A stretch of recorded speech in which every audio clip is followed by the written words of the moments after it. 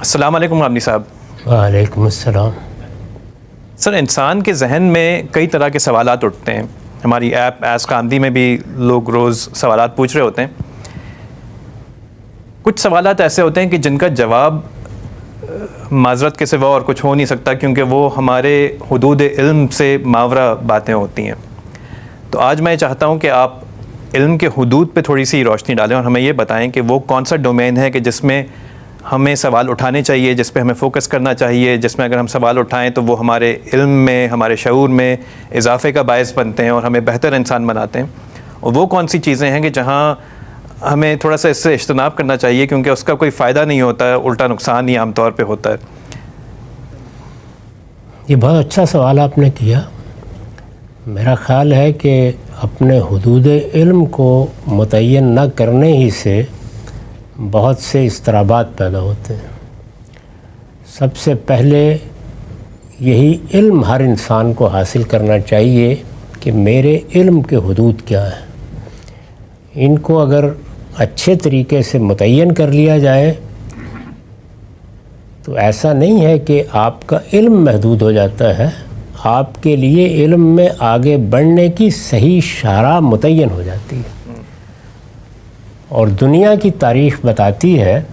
کہ انسان نے جب یہ رویہ اختیار کیا ہے تو اس کو اس سے نفع حاصل ہوا ہے، یعنی وہی چیز حاصل ہوئی ہے جسے حدیث میں بیان کیا گیا ہے کہ اللہ تعالیٰ سے علم نافع کی دعا کرنی چاہیے۔ علم تو آدمی ایسے بھی حاصل کرتا ہے کہ اس کا دماغ ایک کباڑ خانہ بن جائے، جہاں تہاں کی معلومات جمع کر لے، لیکن نافع علم یعنی وہ علم جو اس کے لیے فائدے کا باعث بنتا ہے وہ اسی وقت ملتا ہے جب آپ صحیح طریقے سے علم کو دیکھتے ہیں اور اپنے حدود کے اندر ترقی کے راستے تلاش کرتے ہیں۔ تو اس میں جو سب سے پہلی چیز ہے وہ انسان کا اپنا تجزیہ ہے، یعنی ہمارے پاس علم کے کیا ذرائع ہیں۔ جی، لامحدود ذرائع تو ہم لے کے نہیں آئے۔ پہلے ہی مرحلے پر ہمیں یہ معلوم ہو جاتا ہے کہ ہمیں جو حواس دیے گئے ہیں وہی ہیں جن سے ہم اپنے ظاہر و باطن سے اپنا تعلق پیدا کر سکتے ہیں۔ تو ان میں اگر آپ دیکھیے تو ایک تو ہمارے ظاہری حواس ہیں۔ یہ ظاہری حواس ہمیں باہر کی دنیا سے متعلق کرتے ہیں، ہم دیکھتے ہیں، سنتے ہیں، چیزوں کو چھوتے ہیں، محسوس کرتے ہیں۔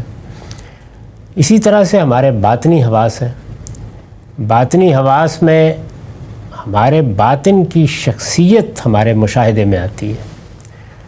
یعنی وہ حادثہ اخلاقی ہے جو ہمیں بتاتا ہے کہ ہمارے اندر خوب و ناخوب کا ایک شعور ہے۔ اسی طرح ہماری حس جمالیات ہے جو کسی ایک چیز کو بھی یہ فتویٰ لگائے بغیر نگاہ سے گزرنے نہیں دیتی کہ یہ خوبصورت ہے یا بدصورت ہے، یعنی وہ اتنی حساس ہے کہ ہر چیز کے بارے میں چشم زدن میں یہ فیصلہ کرتی چلی جاتی ہے۔ اس کے سامنے سے آپ خیالات کو گزار دیجئے، تصورات کو گزار دیجئے، افراد کو گزار دیجئے، جانوروں کو گزار دیجئے، پودوں کو، پتوں کو، پھولوں کو گزار دیجئے، وہ یہ فیصلہ سناتی چلی جاتی ہے۔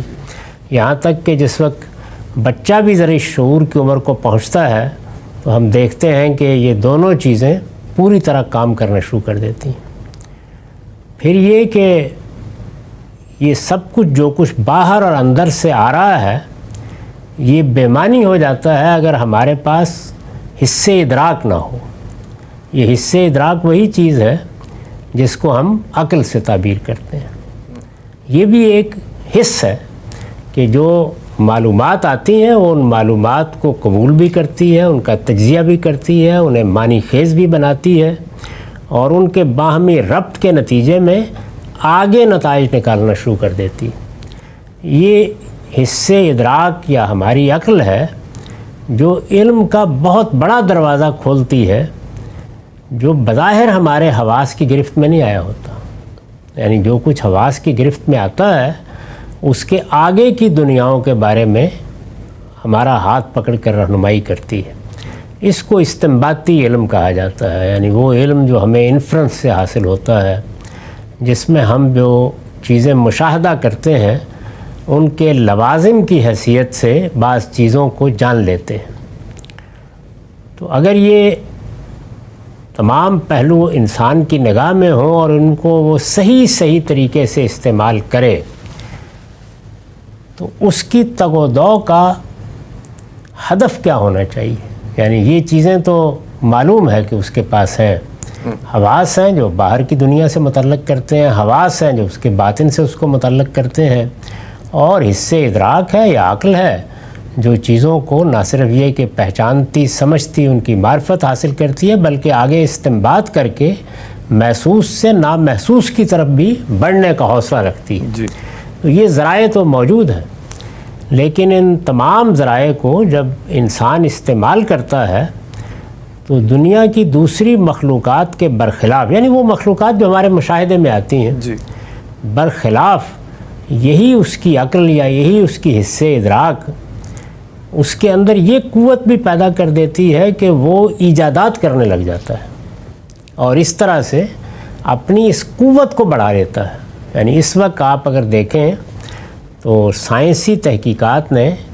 ہمارے سامنے جو نئی دنیا پیدا کر دی ہے وہ انسان کی اسی صلاحیت سے پیدا ہوئی ہے۔ تو اس سے واضح ہوا کہ ہماری تمام تر توجہات کا مرکز یہی چیزیں رہنی چاہیے، یعنی ہم اپنے حواس کی قوت کو بڑھانے کے طریقے سوچیں، جس حد تک بھی بڑھا سکتے ہیں۔ آلات کی مدد سے ہم نے یہی کامیابی حاصل کی ہے، یعنی ہم ان دنیاؤں کو دیکھنے کے قابل ہو رہے ہیں جن کے بارے میں سوچ بھی نہیں سکتے تھے کہ ہماری آنکھیں وہاں تک رسائی حاصل کر سکتی ہیں۔ تو یہ اسی عقل کی وجہ سے ہوا ہے کہ وہ چیزوں کے اندر اتر کر ان کے بارے میں ایک لوازم کے طریقے پر رائے قائم کر لیتی ہے، یعنی محسوس سے نامحسوس کا ایک تخیل قائم کر لیتی ہے، اور پھر یہ آسان ہو جاتا ہے کہ ہم اپنی قوت بڑھا کر اس نامحسوس تک پہنچ جائیں۔ وہ نامحسوس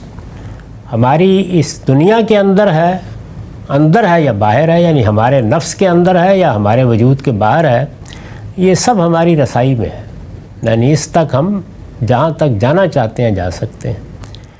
لیکن اس سے ماورا جانے کی اگر سوچیں گے تو پھر ہم اپنے تخیلات کے گھوڑے دوڑائیں گے۔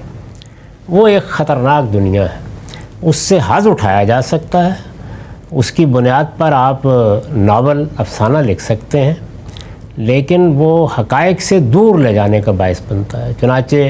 افلاطون کا عالم مثال ہو یا نو افلاطونی فلسفے کے تنزلات ہوں، یہی بتاتے ہیں کہ انسان نے یہ راہ اختیار کر کے کچھ نہیں پایا،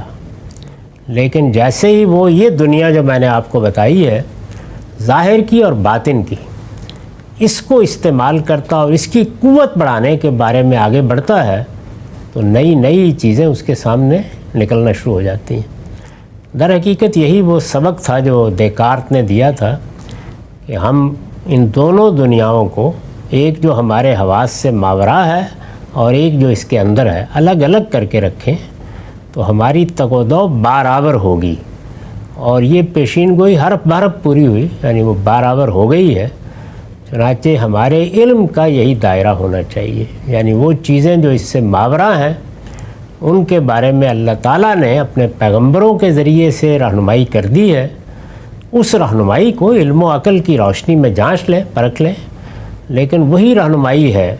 جو پچھلی 5000 سال کی علم کی تاریخ بتاتی ہے کہ انسان کے لیے صحیح رہنمائی ہے۔ باقی اس دنیا کو آپ کے لیے کھول دیا گیا ہے، آپ اس کے حقائق دریافت کریں، اس میں اندر اتریں، اس کے ذرے کا دل چیریں، جہاں تک جانا چاہتے ہیں جائیں، اس میں آسمان کی وسعتیں منتظر ہیں، لیکن ما بعد طبیعت کی دنیا میں اللہ کے پیغمبروں کا دامن پکڑ کر کھڑے رہیں۔ تو یہ حد ہے، اگر اس کا صحیح التزام کر لیا جائے تو انسان بڑا نافع علم حاصل کر سکتا ہے۔ بہت شکریہ سر، آپ نے بڑی اچھی طریقے سے اس بات کو ایکسپلین کیا۔